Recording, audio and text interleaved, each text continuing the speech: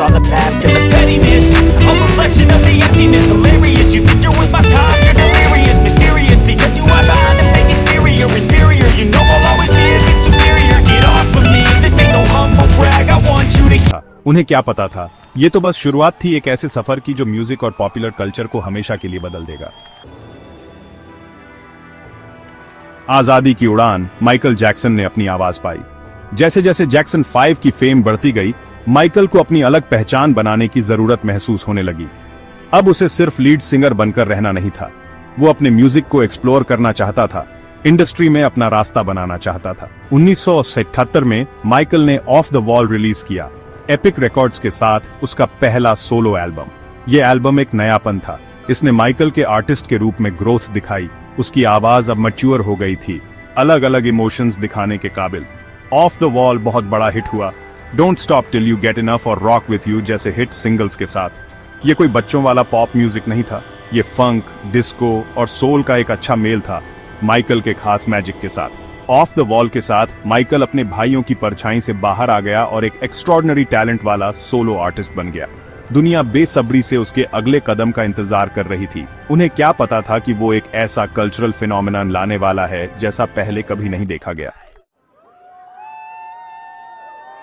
Thriller दुनिया भर में धूम, कल्चर बदल गया। 1988 दुनिया ने साउंड और विजन का एक ऐसा धमाका देखा जिसने पॉप म्यूजिक का नक्शा बदल दिया। थ्रिलर पैदा हुआ। यह सिर्फ एक एल्बम नहीं था, यह एक कल्चरल भूचाल था।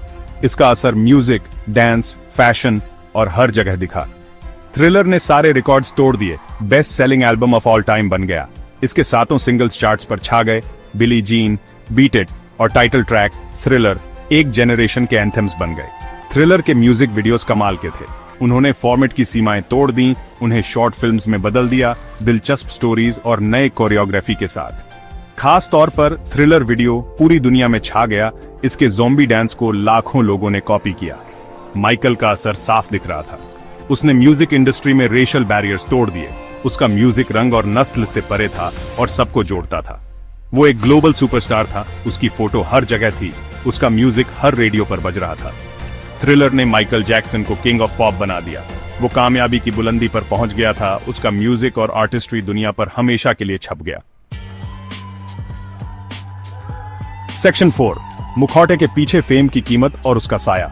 जैसे जैसे माइकल का सितारा बुलंदियों पर पहुंचता गया, उसकी पर्सनल लाइफ पर सबकी नजर पड़ने लगी। स्पॉटलाइट की तेज रोशनी ने उसकी अलग आदतों को सबके सामने ला दिया। अफवाहें और बातें शुरू हो गईं। माइकल के बदलते रूप पर मीडिया की नजर टिकी रही। उसे विटिलिगो था, एक स्किन कंडीशन जिससे स्किन का रंग बदल जाता है, लेकिन टैबलॉइड्स ने सेंसेशनल स्टोरीज छापी, उसकी मेडिकल कंडीशन को नजरअंदाज कर दिया। फेम के प्रेशर ने माइकल की पर्सनल लाइफ पर असर डाला।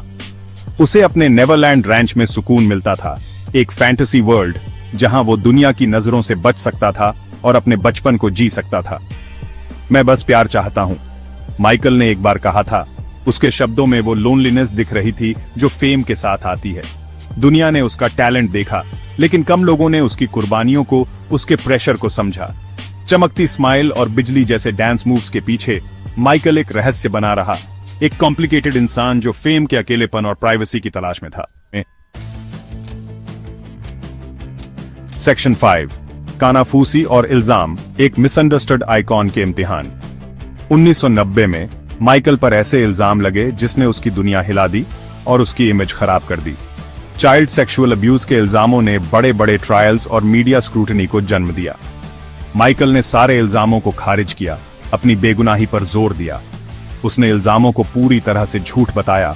उसके शब्दों में दर्द और अविश्वास था। ट्रायल्स ने माइकल की मेंटल और फिजिकल हेल्थ पर बुरा असर डाला। वो और अपने में सिमट गया, अपने म्यूजिक और उन लोगों में सुकून ढूंढा जो उस पर विश्वास करते थे।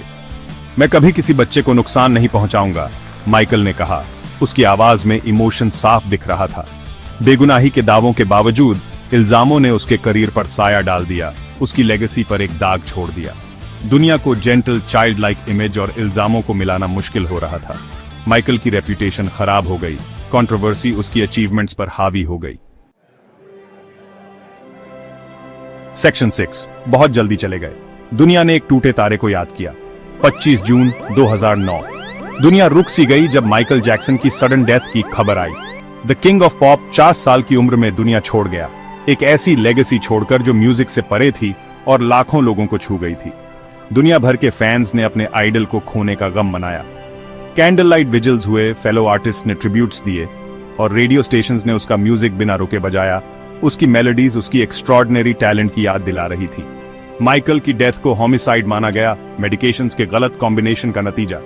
उसके पर्सनल फिजिशियन को बाद में इनवॉलंटरी मैनस्लॉटर का दोषी पाया गया इस दुखद घटना में और दर्द जोड़ दिया।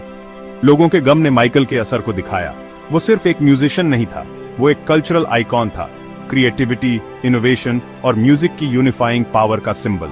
माइकल की डेथ ने एंटरटेनमेंट की दुनिया में एक खालीपन छोड़ दिया जिसे कभी भरा नहीं जा सकता। द किंग ऑफ पॉप चला गया, लेकिन उसका म्यूजिक और उसकी लेगेसी हमेशा जिंदा रहेगी।